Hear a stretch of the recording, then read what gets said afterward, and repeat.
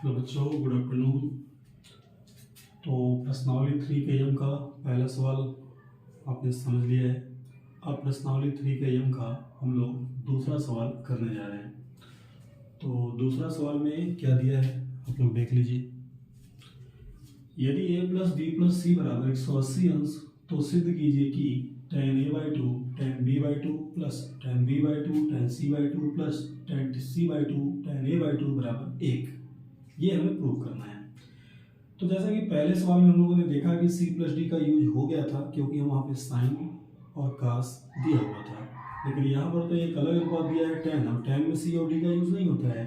तो इस सवाल को हम लोग थोड़ा सा अलग तरीके से करेंगे। वो तरीका क्या है? सुनो, इस सवाल में ना तो हम लोग लेफ्ट लेंगे और ना तो हम लोग राइट लेंगे, क्योंकि ना लेफ्ट में कोई फॉर्मूला बन रहा है और ना कोई राइट में बन रहा है।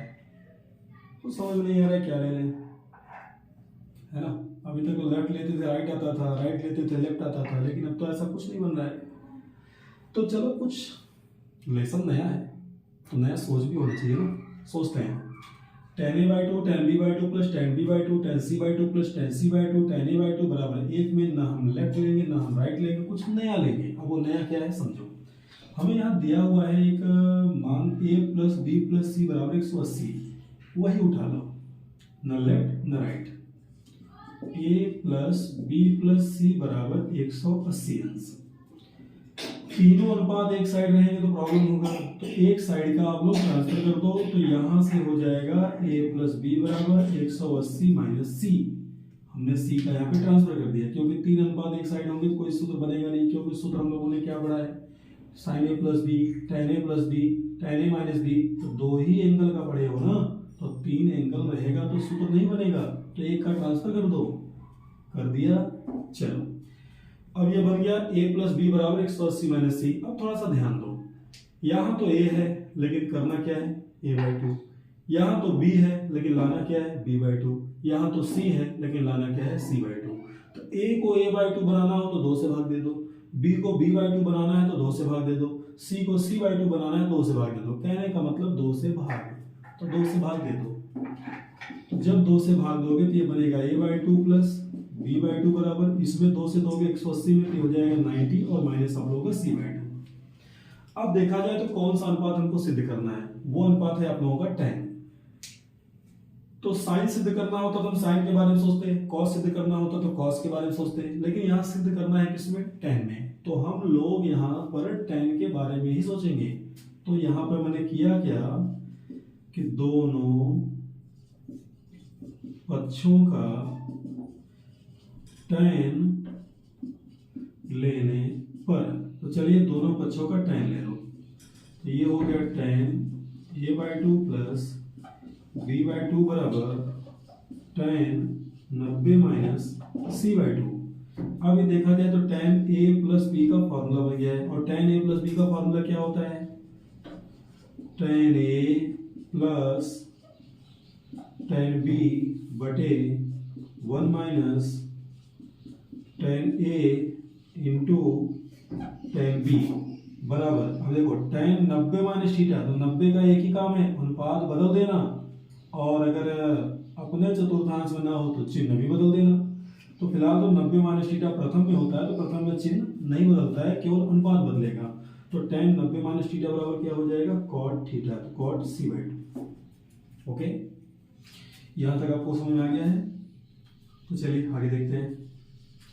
अब ये हमारा tan a/2 plus tan b/2 बटे 1 minus tan a/2 into tan b/2 बराबर, अब ये कॉट है तो कॉट को हम लोग लिख सकते हैं 1 अपॉन tan c/2।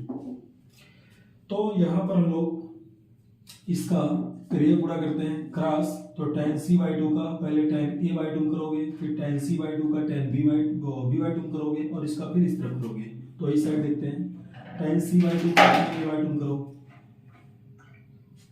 तो tan c/2 का tan a/2 करेंगे तो आएगा tan c/2 into tan a/2, फिर tan c/2 का tan b/2 में करेंगे तो आएगा tan b/2 tan c/2, फिर बराबर।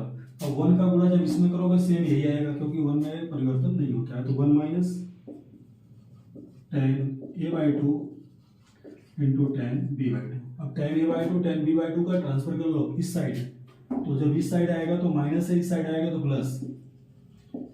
tan a by to tan b by two plus tan c by two tan a by two plus tan b by two tan c by two बराबर 1।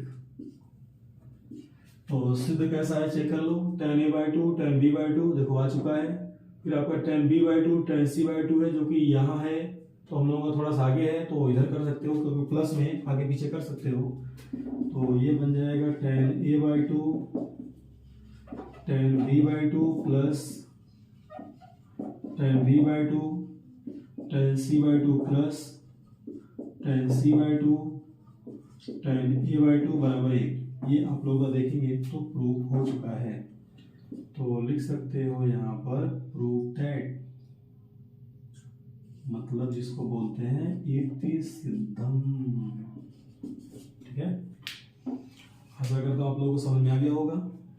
तो थोड़ा सा इस पर आप एक बार विचार कर लीजिए क्वेश्चन को कैसे किया जाएगा।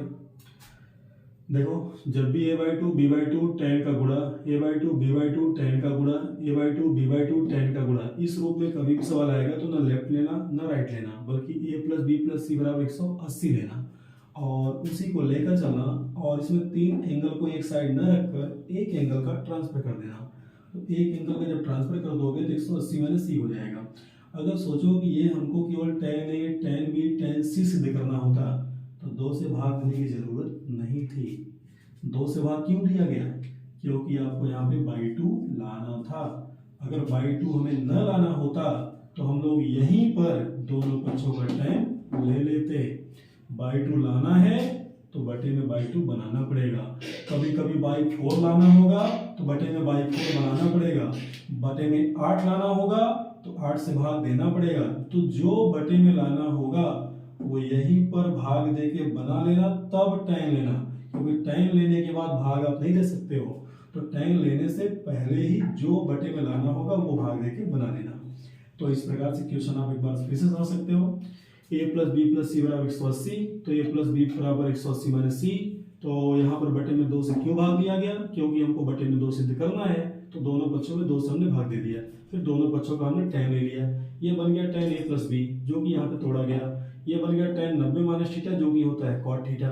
तो cot को हम लोग 1/tan लिख सकते हैं। फिर यहाँ पे सब त्रिज्या गुणा कर दो, तो त्रिज्या गुणा करने के बाद आपका ये बना। तो सारे tan को एक तरफ कर लो, आपका प्रूफ दैट हो गया। तो इस प्रकार से क्वेश्चन को आप कर सकते हो।